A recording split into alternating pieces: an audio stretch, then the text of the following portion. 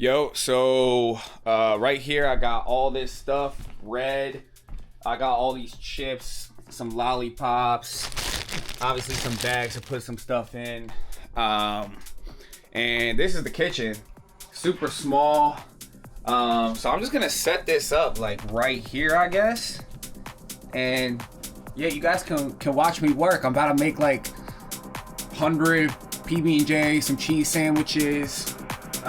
Throw some of those Pop-Tarts in there and we'll be good to go. I'm gonna put this on hyperlast mode. Let's go.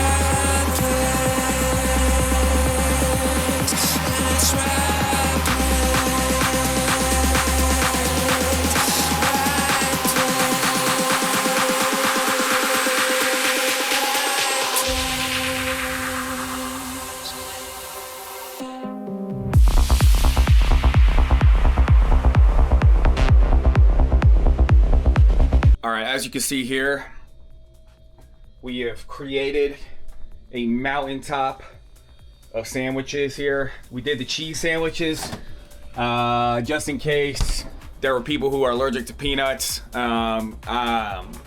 know, so I figured make like 20 of those, and the rest can just go to everyone else. Now we gotta wrap these puppies. So we got some aluminum foil here, wrap these up, and then the hardest part is done, ladies and gentlemen, so yeah, let's go.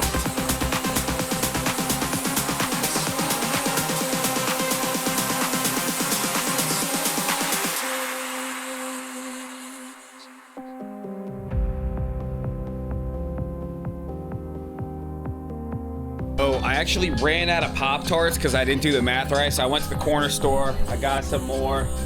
You can see we're making some progress here, but we definitely still have ways to go. I actually don't know whether I'm gonna have enough Pop-Tarts, but I'm just gonna let that be a later problem.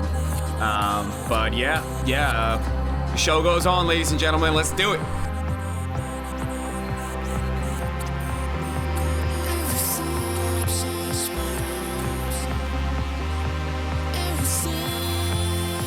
All right, so I once again miscounted. So these are all done right here.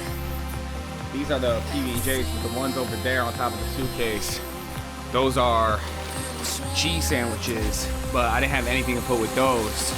So my math was terrible, which is kind of sad considering I'm an engineer. So I'm gonna go ahead and finish these up, and then I got one more step and we're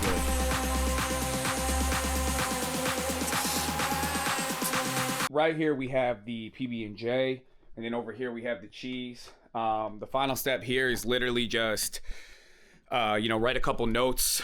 We'll just write a note for each bag. I think this is actually the most overlooked and important part of doing something like this, right? Is to, make sure that the people you're giving to understand that it's coming from a human being, and that someone sees them, and that, someone has not only taken the time out of their day to make something, but also say something to you as well. These are people who obviously probably aren't in contact with their family, probably don't have a lot of friends.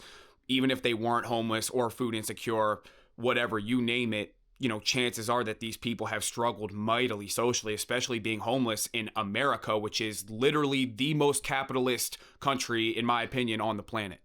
And in a society where your wealth pretty much determines your social status one way or another, these people are pretty much outcast from the everyday conversations and interactions that we have as people in this country.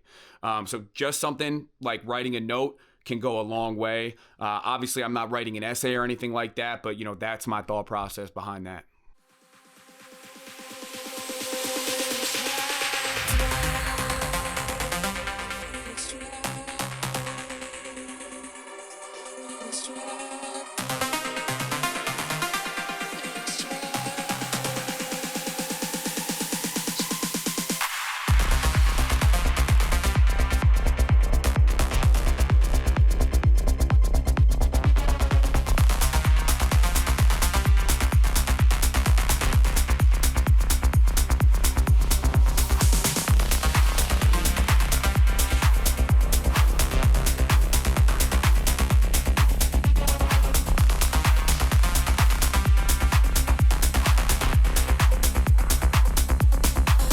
Okay, so there's about 40 notes left to go, so we're almost at the home stretch. Then I'm going to tape these up, and we should be good to go. And then tomorrow we'll go hand them out. Not really sure how long it's going to take. I think there's a couple other people coming to help me, but even if not, the truth is that we have so many people who need help that even if it's just me, I'm sure it's not going to take that long. And I think, that's, if anything, that proves my point even more, so.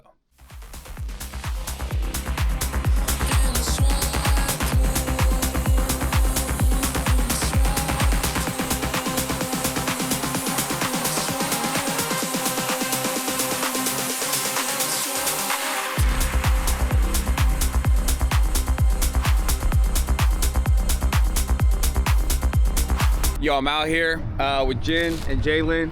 Huge shout out to these guys because I would not be able to do this without them. But yeah, we're loading the rest of these up right now. And then we'll be good, we'll be done. Just got done finishing up, giving out 100 care packages. So we got the empty bin now, I'm just waiting for the bus.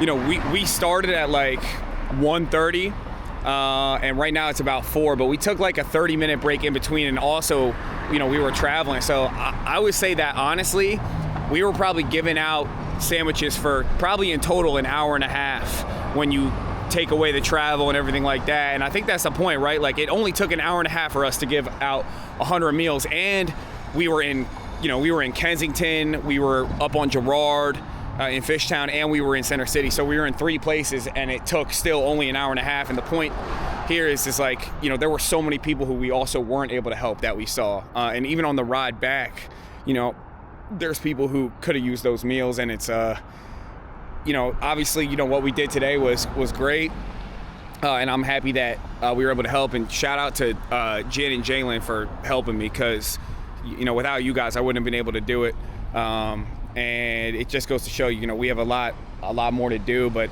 hopefully people see this and they get inspired to maybe just do something like this, even if it's for one day. Like today. Yo, first of all, I just wanted to thank Jin and Jalen one more time for coming out on their holiday. 2 people who I haven't even known a year.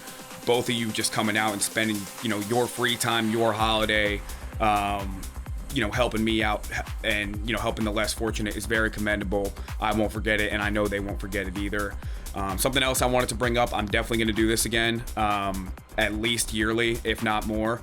There's a lot that I need to fix up, just in terms of distribution, what I'm distributing. Like, for example, I didn't even have waters, which was pretty stupid looking back at it. And I want to do more. We did 100 packages. It wasn't even close to enough. I mean, we could have given out at least double based off of what we just saw in front of us. And we're not even talking about the whole of Philadelphia here. So there's definitely room to grow and make this bigger. And I would like to do that. And this is a great learning experience for me, and I can't wait to keep going.